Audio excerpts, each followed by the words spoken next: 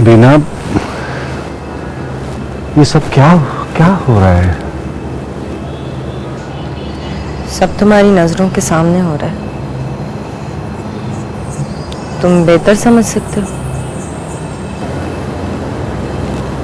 मेरी आंखें तो देखती ही तुम्हारे लिए हैं, और मैं तुम्हारे साथ ये सब कुछ होता हुआ नहीं देख सकता बीना। ये फरहाद और मेरे सौतेले रिश्तेदारों के बीच जंग है। लड़ने दो उन्हें।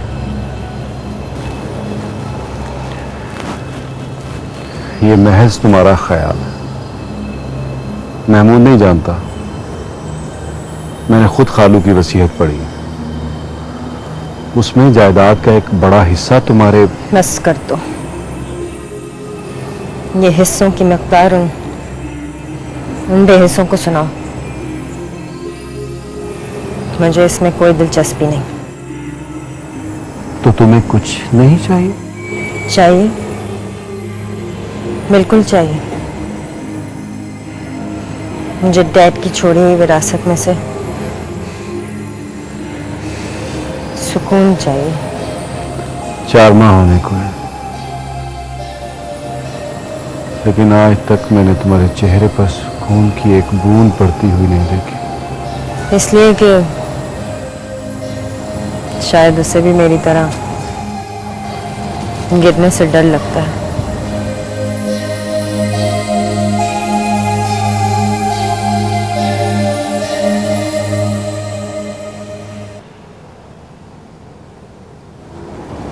जा रहे हो? हाँ, रात बहुत हो गई। देख के कह रहे हो या महसूस करके?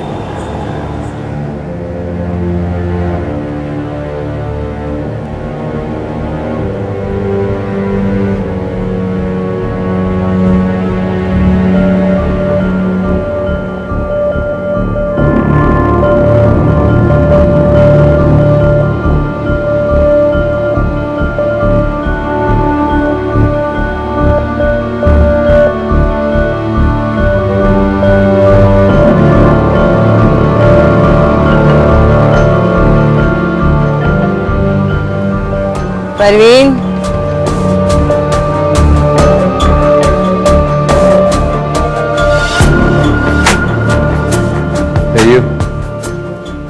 इधर आओ।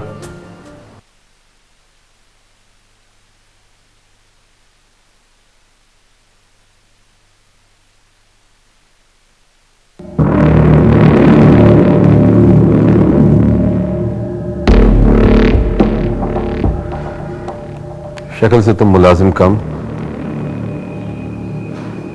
ड्राइवर ज्यादा नजर आता है। किस किस को चला लेते हो? जी साहब जी, छोटा मुंह बड़ी बात जी। मैं जी बस, ट्रक, टांगा, गड्डी, वैगन जो मिले सब। किस किस को बेवकूफ बना लेते हो? जी पुराने हो, चालाक हो, चापलूसे भी हो। 2000 के लिए किसी की भी कमर पर छुरा घोंप सकते हो। 50,000 के लिए क्या क्या कर सकते हो? 50,000 जी?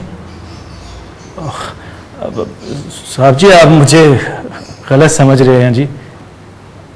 आप एक लफ्ज भूल रहे हैं, वफादार।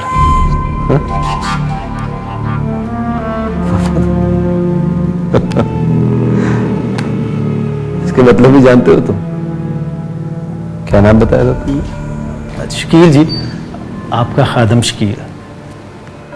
शकील वफादार।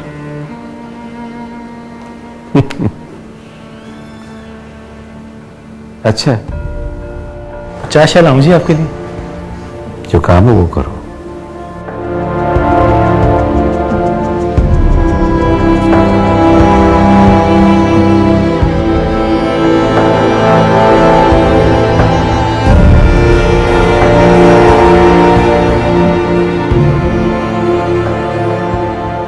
बात तो मैं तुम्हारी समझ गया हूं, लेकिन तुम्हें मालूम है कि तुम क्या कहने जा रहे हो? जिस तरह मुझे आपको महमूद अंकल से महमूद साहब कहने में एक लम्हा लगा है, बिल्कुल उसी तरह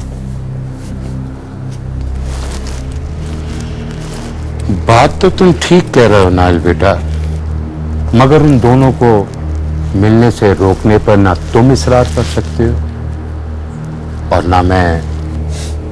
सिर्फ इसलिए कि वो हमारी कंपनी में जीएम है। वो सिग्नेटरी भी है। इनको तो अब ऊपर से ऊपर ही जाना होगा। Make sure. इसके लिए तुम्हारे जज्बात नहीं, मेरा दिमाग भी चाहिए।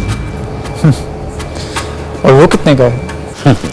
ये मैं तुम्हें तब बताऊंगा जब तुम मेरे साथ एक कॉफी का कप पियो। आओ।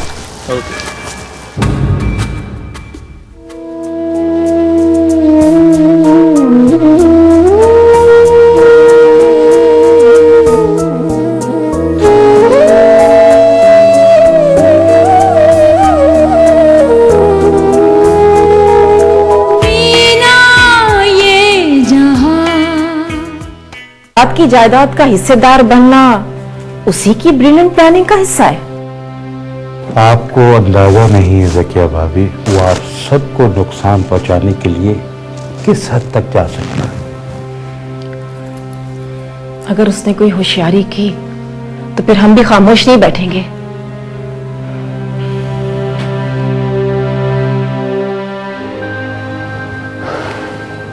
आप मेरी बात की गहराई नहीं समझ रहे। फरजाद की विल में एक ऐसी क्लॉज है कि अगर तमाम हिस्सेदारों में से किसी की भी डेथ हो जाती है तो तमाम प्रॉपर्टी ट्रस्ट के नाम हो जाएगी। क्या इसका मतलब है कि हमें फरहाद से खतरा है? सिर्फ एक। वो आप सबको जायदाद से महरूम रखने के लिए खुदकुशी भी कर सकता है।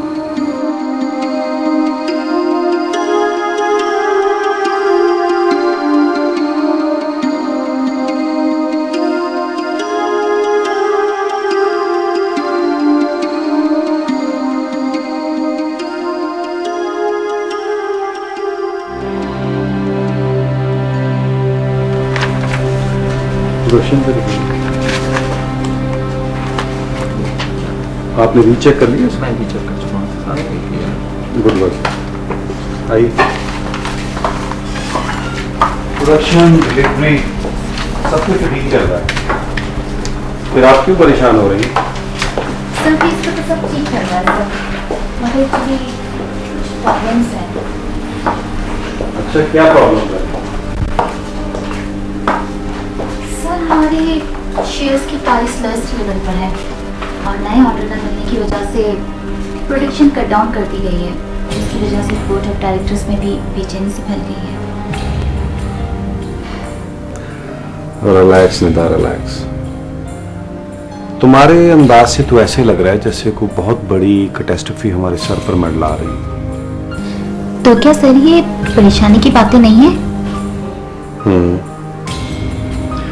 ऑब्जेक्टिव्स की तरह हमें परेशानियों को भी प्रायोरिटाइज करना पड़ेगा, वन एट अ टाइम। आप ठीक कह रहे हैं सर, लेकिन हम शुरू किससे करेंगे? Good question. किससे शुरू करें?